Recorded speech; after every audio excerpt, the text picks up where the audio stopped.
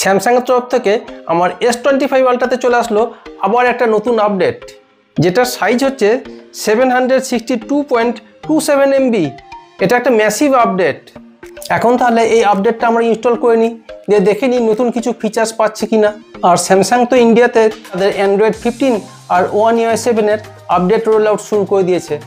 আপনাদের মধ্যে কে কে পেয়েছেন অবশ্যই একটু কমেন্টস করে জানাবেন। তো এখানে যে আপডেটটা এসছে এটা হচ্ছে সিকিউরিটি প্যাচ লেভেল এপ্রিল মাসের। দেখুন লেখা আছে সিকিউরিটি প্যাচ লেভেল 1 এপ্রিল 2025। আর যেহেতু এটা Samsung Galaxy S25 ultra, naturally এটাতে আগে থেকে আউট অফ দ্য বক্স আমরা পেয়েছি One UI version 7.0 and Android version 15। কিন্তু এখানে লেখা আছে দেখুন, after the update Samsung apps can be updated to the latest available version. অর্থাৎ মনে হচ্ছে এই আপডেটটা ইনস্টল করার পর অ্যাপগুলোরও কিছু আপডেট পাওয়া যাবে। ফার্স্টে আমরা এটাকে আপডেট করে নিই, প্রিপেয়ার টু আপডেট। আর আপনাদেরকে এর আগে ভিডিওতেই বলেছি এটা একটা সিমলেস আপডেট, অর্থাৎ ডাউনলোড অ্যান্ড ইনস্টল দুটোই একসঙ্গে হতে থাকে, তারপর ভেরিফিকেশান হবে, এরপর সেটটা রিস্টার্ট হয়ে গিয়ে আপডেট প্রসেসটা কমপ্লিট করে দেবে। দেখুন এখানে 6% ডাউনলোড হয়ে গেছে। দেখুন আপডেট প্রসেসটা কমপ্লিট হয়ে গেল, প্রায় 98% হয়ে গেছে, এবং এটা ডাউনলোডের সাথে সাথে ইনস্টলও হয়ে গেল এবং ভেরিফিকেশানও স্টার্ট হয়ে গেল।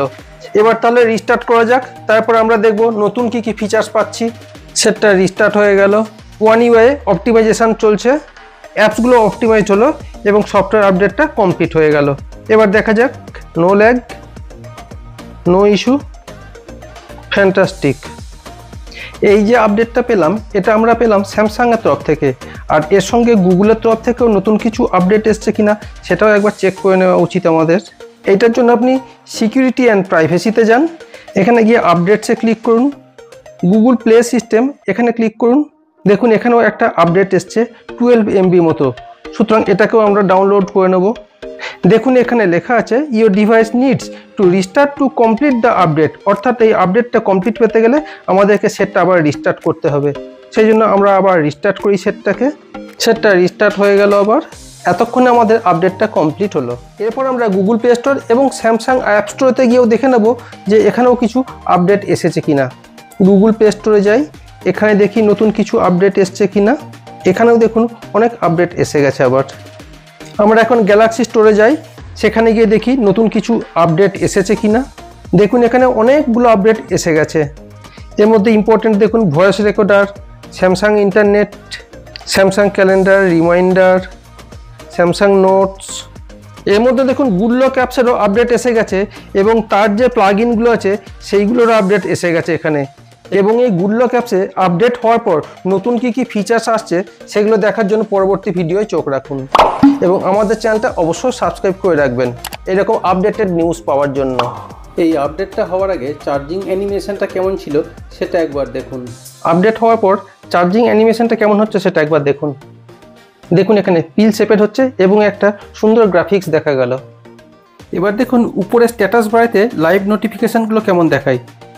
এই দেখুন আমি একটা ইউটিউব মিউজিক প্লে করেছি, এটাকে আমি মিনিমাইজ করে দিলাম। আপনি দেখুন এখানে দেখতে পাবেন প্লে হচ্ছে।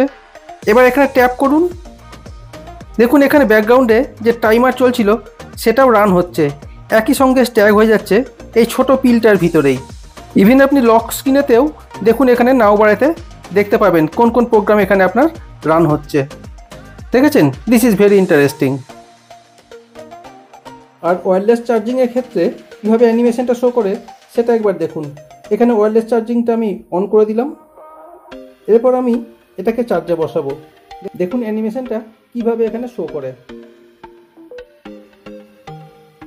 দেখেছেন নিচে এখানে পিল শেপেতে দেখিয়ে দিলে কীভাবে অ্যানিমেশনটা হচ্ছে।